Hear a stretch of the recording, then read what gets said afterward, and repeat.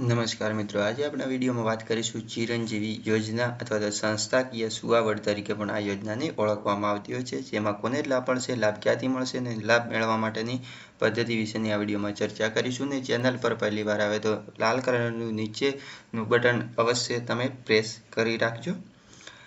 લાભ કોને મળશે તો આ યોજનાનું ગરીબી રેખા હેઠળ જેમાં બીપીએલ કાર્ડ ધરાવતી કુટુંબની પ્રસૂતિ બહેનો તથા ગરીબી રેખા ઉપર જેમાં એપીએલ કાર્ડ ધરાવતી પરંતુ આવકવેરો ન ભરતી હોય અને અનુસૂચિત જનજાતિ કુટુંબો અને પ્રસૂતિ બહેનોને લાભ આપવામાં આવશે. અને જે લાભાર્થી પાસે બીપીએલ કાર્ડ ઉપલબ્ધ ન હોય તેમને તેઓ વિસ્તારમાં તલાટી કમ મંત્રી અથવા સરપંચ મામલતદાર મુખ્ય અધિકારી પાસેથી આવકનું પ્રમાણપત્ર મેળવી લેવાનું રહેશે.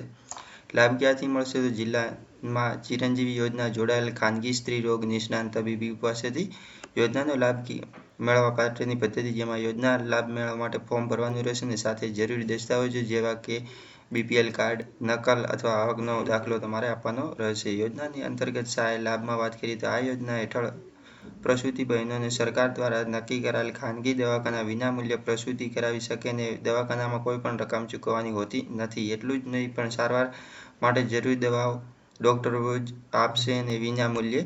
ઉપરાંત પ્રસૂતિ દવાખાને આવવા ભાડા પેટે ₹200 ડૉક્ટર દ્વારા રોકડા આપવામાં આવશે.